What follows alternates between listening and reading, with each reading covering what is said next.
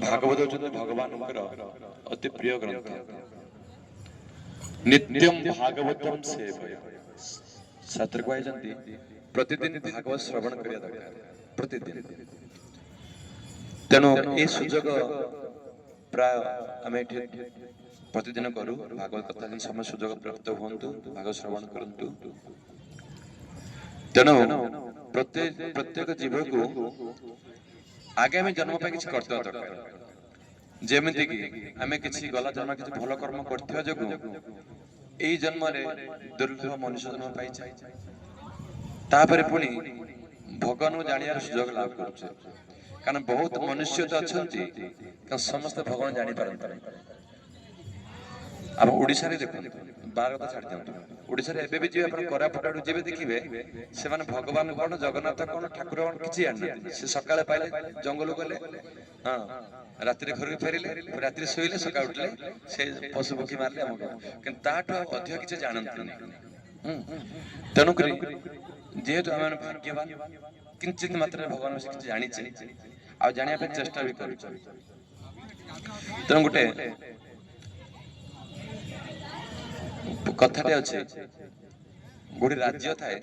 से राज्य रे बहुत लोग बसवास करते कारण से राज्य जे राजा हबो से 5 वर्ष में राजा जे भी राजा जहाँ को राजा कर दिया जीवो 5 वर्ष जे आजकल इलेक्शन हो से राज्य से सिस्टम थिला किंतु 5 वर्ष पर से राजा को समुद्र भीतर अच्छे कौन कहते द्वीप भाया अच्छे जेमती अपना कला पानी अच्छी से स्थान छाड़ दिया सेठू आसी पारिबनी से कारण कहीं पार होके जीवा पड़ो आसिया विभिन्न विघ्न अच्छी पार होके आसिया चारिपट कुंभीर बास कर व्याघ्र हिंस्र जत बास कर फेरी आसार संभावना ना। तेणु जे राजा हम आगे जन दि जाए तो राजा हेलु किंतु 5 वर्ष पर तो सेठी जीवा से व्यक्ति चिंता करे जाहु मो राजा हेबार सुजोग मिल जाउछि जीवन तो राजा ही परिबे ना पुणी राज्य राजा सहज कथा क्यों से बहुत खुशी राजा ही किंतु बहुत लोक ये सुजोग मिले राजा ही गति या हुए 5 वर्ष पर दीपर छाड़ दिया एमती बहुत वर्ष चली जाए दबा क्रमे जन धार्मिक राजा से पहुंच जन राजा कर दिया से धार्मिक व्यक्ति से राजा हेले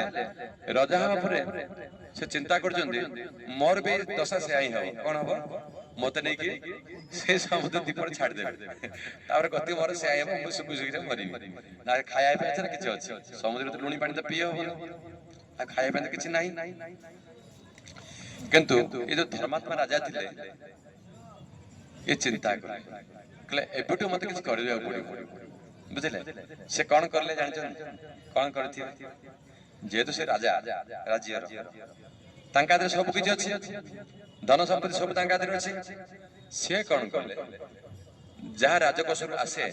आदाय हुए सेतिरु 50% माने 50 भाग राज्य लगान आ 50 भाग कौन करले से द्वीप को डेवलप कर देले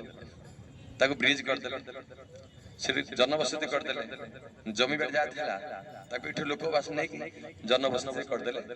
राज्य से राज्य कर देले ते 5 वर्ष पर हमको नै से छाड़ दिया गला से कौन करले ताना किछ असुविधा लागि राज्य ही छै राजन राजवास ही छै घर द्वार रास्ता घाट जनबसति सब ही आ किछ असुविधा हला आ किछ कारण राजा बुद्धिमान थिले तेणु से आगामी भविष्य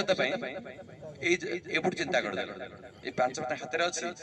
सब चिंता कर अन्य राजा मैंने कौन करते कौन कले भाई भाई सुजोग मिली खाई पी एंजॉय कर दियो मल्ल तो सरीगला ताले बुद्धिमान किए थे राजा चिंता कर हां एबे जो राजा थे सेला बुद्धिमान तने कहबार उद्देश्य या जो भगवान हमको दुर्लभ मनुष्य जन्म दे देले दुर्लभ मनुष्य कारण सब जन्म दुर्लभ कुकुर जन्म कहै छै कब कोड सुनि छ दुर्लभ माकड़ जन्म कोड सुनि छ दुर्लभ मनुष्य जन्म तने आपण मनुष्य हेतिबा जगु आज आसिले पुरी काहे चल जिबाटे जगन्नाथ दर्शन करिया ପ୍ରଭୁଙ୍କୁ ଦର୍ଶନ କରିବା ଏଠି ବସନ୍ତି ଭାଗବତ ଶ୍ରବଣ କରିବା। ତେଣୁ ଆମେ ଏବେ କଣ କରିବା ଦରକାର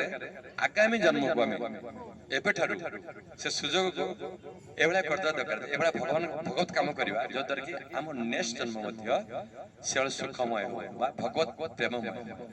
ମୁଁ କହିବା ସେ ରାଜା ଯେମିତି କି ରାଜା ଥିବା ସମୟରେ ହିଁ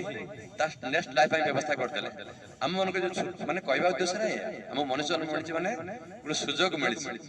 ଆର ଜନ୍ମ ପାଇଁ କିଛି କରିଦେବା। କାରଣ କାହିଁକି ନା 84 ଲକ୍ଷ ଜନି ଜାଣିଛନ୍ତି ନା କେତେ ଲକ୍ଷ ଜନି 84 ଲକ୍ଷ ଜନି ଭୂମି ଜଳଯାନ ଲକ୍ଷଣୀ ସ୍ଥାବର 20 ଲକ୍ଷ କୁର୍ମ ରୁଦ୍ର 30 ଲକ୍ଷ ଆଣି